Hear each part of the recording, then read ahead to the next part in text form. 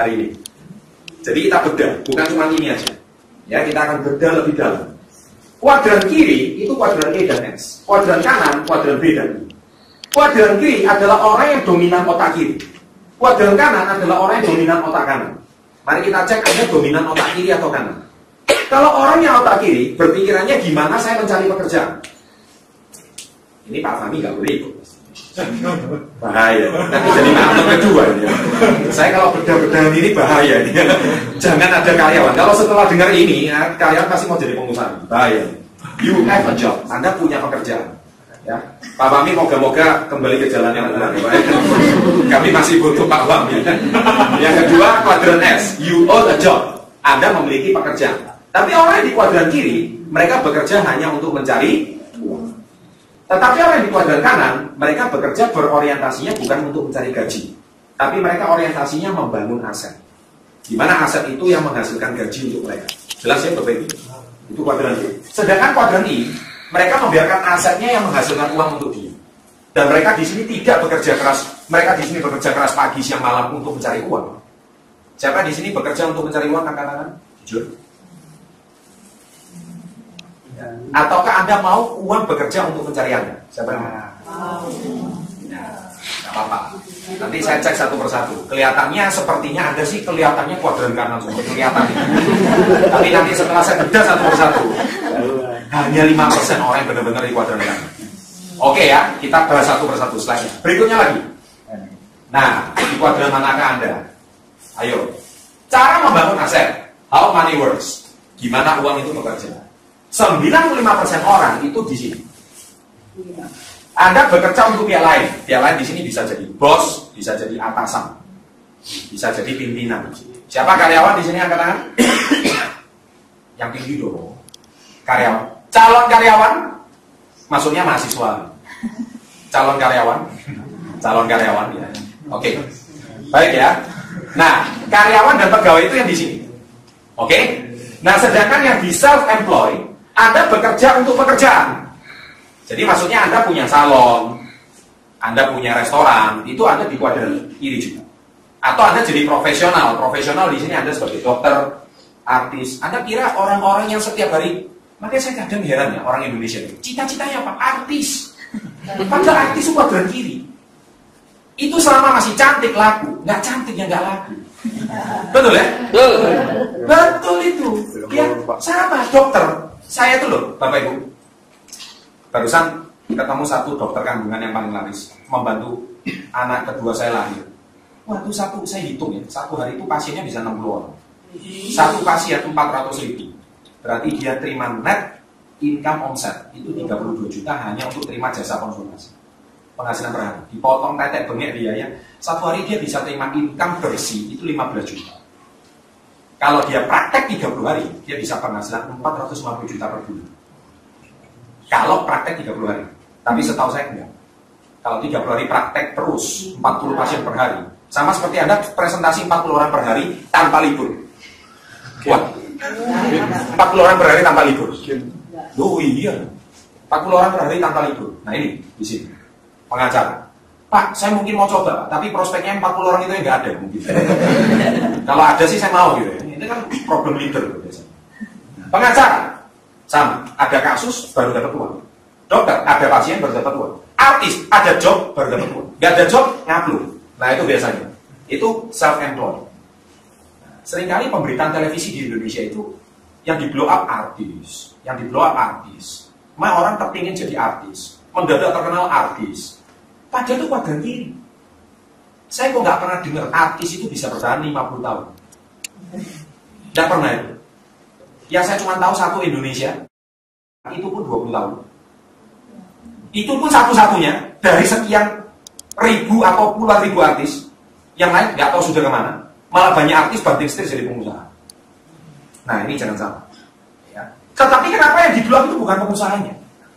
Kalau semua stasiun televisi Indonesia memblok pengusaha-pengusaha, saya jamin nggak ada korupsi lagi.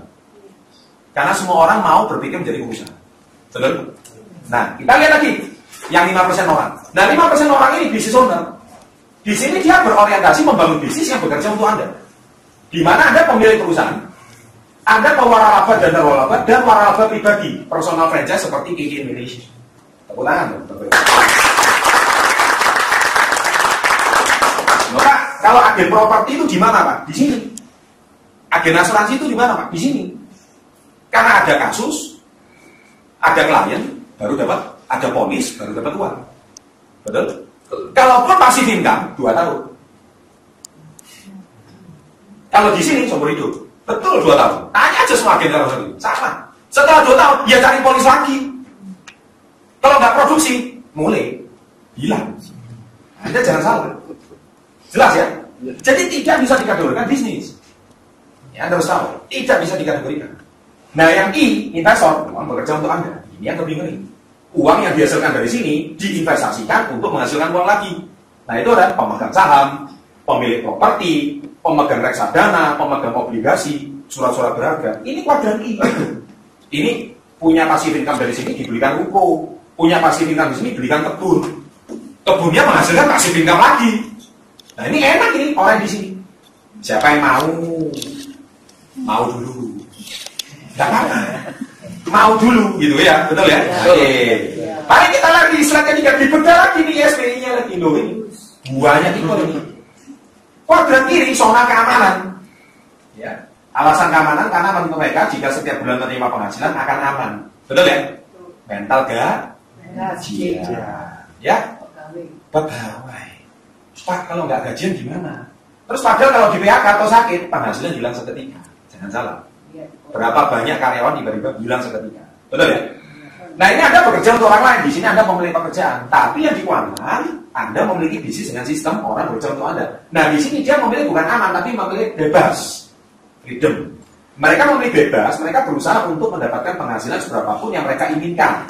Dan di sini uang bekerja untuk Anda. Anda memilih kuadran mana? Kiri atau kanan? Mari kita lihat di slide berikutnya. Ada lagi, SBI lagi. Saya bedah ini satu persatu. Nah, di sini kerja, di sini bekerja demi kebutuhan. Pak, saya anak 2. Saya kerja, Pak, untuk supaya beli susunya anak. Ya, saya kerja, Pak, supaya istri saya ini ya lumayan lah, Pak, gabung ngepul terus. Jadi kan mindsetnya orang sebelah kiri. Betul ya? Pak, saya kerja, Pak, ya supaya anakku ini sekolah, Pak. Karena aku dulu gak sekolah, Pak. Betul ya? Ini mindsetnya orang kiri nih. Betul ya? Ayo kita yang mana? Kita yang mana? Jujur. Sebelum saya bahas slide ini, kita yang mana? Ya, nanti hati-hati ya. Terus di sini dia menukarkan tenaga dan waktu. Jadi artinya apa? Dia bekerja, dia merelakan sekian jamnya per hari, disewakan ke bosnya. Maksudnya disewakan, dia tukar waktunya. Dan bos itu tanggal 30 kasih dia gaji. Income sekian rupiah. Ye. Dia sekolah tinggi-tinggi demi untuk apa? Demi untuk digaji. Ya, saya kadang heran ya. Saya kadang heran. Orang itu nilai matematikanya 9, fisikanya 9, kimianya 9. Pinter loh ya. Anda tahu pekerjaan yang cocok untuk dia tuh? Semuanya 9. Dosen, bener. Pengusaha, gak tentu. Loh, banyak pengusaha kimianya 9-nya balik 6 kok. Kimianya jadi bebek 2, 9 bukan. Banyak. Oh, yang nilainya 2 seneng. Wah sih. Mau jadi pengusaha. Belum tentu juga, belum tentu, belum masuk kategori. Masih ada banyak kriterianya itu. Artinya gini loh ya. Kalau Anda itu Indonesia ini kadang sistem pendidikannya harus perlu diperbarui. Kalau di Barat, Anda itu sejak SD, SMP, SMA, Anda itu sudah mata pelajarannya itu diklasifikasikan sesuai kelebihan Anda. Kalau Indonesia, SD, SMP, SMA, itu dipaksakan untuk menguasai semua mata pelajaran. Contoh, Anda harus menguasai seni rupa, Anda harus menguasai kesenian, Anda harus menguasai PMP. Ya. Terus Anda PMP, jangan PPKN ya namanya. Jangan dulu PMP. Yang tua-tua itu tahu lah pasti ya. Jangan sekarang PPKN ya kan. Pendidikan moral Pancasila itu saya dulu. Terus orang harus menguasai olahraga. Nah pertanyaannya satu, apa zaman sekarang ini? Coba Anda cek. Guru olahraga suruh menguasai matematika bisa? Nggak bisa. Guru matematika suruh menguasai kimia bisa nggak? Bingung. Guru kimia suruh menguasai seni rupa. Lolo. Tetapi manusianya, murid-muridnya dipaksa menguasai semua. Nah ini ada yang salah. Ada yang salah. Dengan sistem pendidikan kita ada yang salah. Nah Bapak Ibu sekalian, kalau Anda nggak suka seni rupa, sukanya apa? Wirausaha. Ya sudah, wirausaha sejak kecil. Loh iya dong. Nah ngapain kuasai integral, diferensial loh? Saya ini dulu mantan guru integral. Masih ingat nggak integral diferensial? Masih ingat? Kepake nggak sih? Ya kepake. Bingung. Nah karena keprofesian itu, kelebihan itu harus disederhanakan dengan kelebihan seseorang. Wah Pak Chandra ngomong kayak gini, ini yang seneng muridnya. Kalau saya ngomong kayak gini, dosennya dikejar. Pak Chandra ini ngomong apa ini?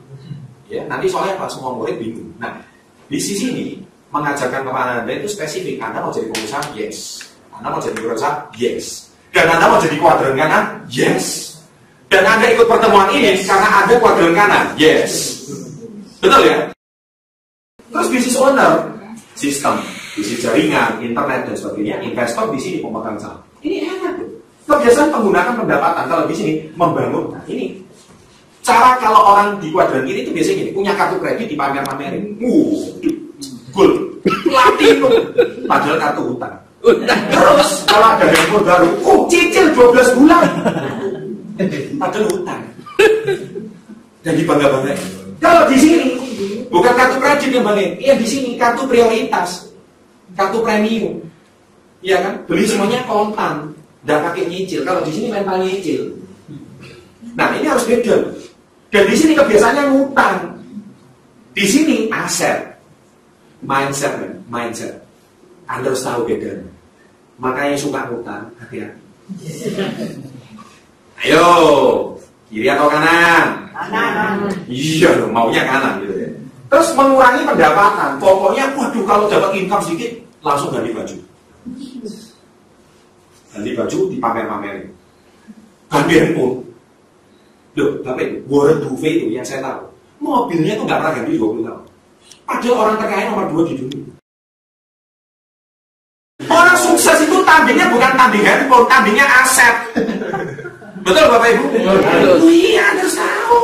Ada kita utang. Ini penting ya, ini mindset ya. Terus kemudian, kalau di sini ya, di sini bangun aset, asetnya menambah pendapatan. Loh ini Anda harus tahu. Bapak Ibu hati-hati dalam kita mengelola keuangan ya, Anda harus bijak. Ya, hati-hati. Jadi jangan sampai Anda terjebak oleh rayuan kartu kredit. Diskon 50%, langsung menang gesek. Gesek itu artinya bayar men. Loh banyak diskon kita, weh, gesek aja. Waktu bayar, minimum payment. Ini bahaya ini. Bayar minimum itu kena dengan 4% tahu. Yang kaya itu Anda jadi budaknya bank. Nah, ini hati-hati. Ya, hati-hati. Punya kartu kredit bukan kebanggaan, karena itu kartu hutang. Ini mindset orang gini. Masih ada lagi slide berikutnya loh. Terus ini. Loh, masih ada lagi nih. Banyak kasih. Iya kan? Tapi ini tolong sesuai beda supaya Anda tahu ya mindset Anda itu gimana. Ini renting your life. Menyewakan dan meminjamkan hidup Anda untuk atasan Anda dan menukar waktu untuk uang. Dan di sini ini 90% orang kekayaannya cuma 10%. Ini kuadran kiri. Ini sama. Kalau yang sebelah kanan, owning your life, Anda memiliki hidup Anda. Anda nggak dimiliki oleh siapa-siapa. Anda memimpin hidup Anda sendiri. Anda tidak bekerja untuk siapa-siapa. Dan Anda di sini membangun aset. Ya. Oke. Selain lagi berikutnya, teman-teman. Kalau orang kanan bebas finansial dan ultra kaya. Mari kita lihat orang kiri. Mereka percaya hidup itu ngalir aja. Wis lah, nggak usah mikir yang aneh-aneh. Ngalir aja wis. Ayo jujur, yang kita diajarkan secara demikian, angkat tangan. Jujur, hidup itu ngalir aja lah. Ojo mikir aneh-aneh. Sudahlah, yang penting hidup itu ngalir terus. Nanti kan, ya ngalir aja. Sama saya tanya, kalau Anda itu naik perahu, coba Anda ngalir aja di sungai. Gak usah tujuan. Gak usah tujuan. Lah, itu Anda ngalir tuh harus tahu. Ngalir dialirkan ke mana? Lah, tapi kan bahasanya kita ikuti arus saja lah. Gak usah mikir aneh-aneh. Jangan ikut gaya pikirannya orang kaya, itu aneh. Orang-orang kayak kita ini gak bisa. Ngalir aja. Hati-hati. Hati-hati. Yang sudah kena bahasa kayak gini nih, hati-hati. Itu orang kiri. Karena mereka hidup dengan target, tujuan, dan visi yang telah ditetapkan.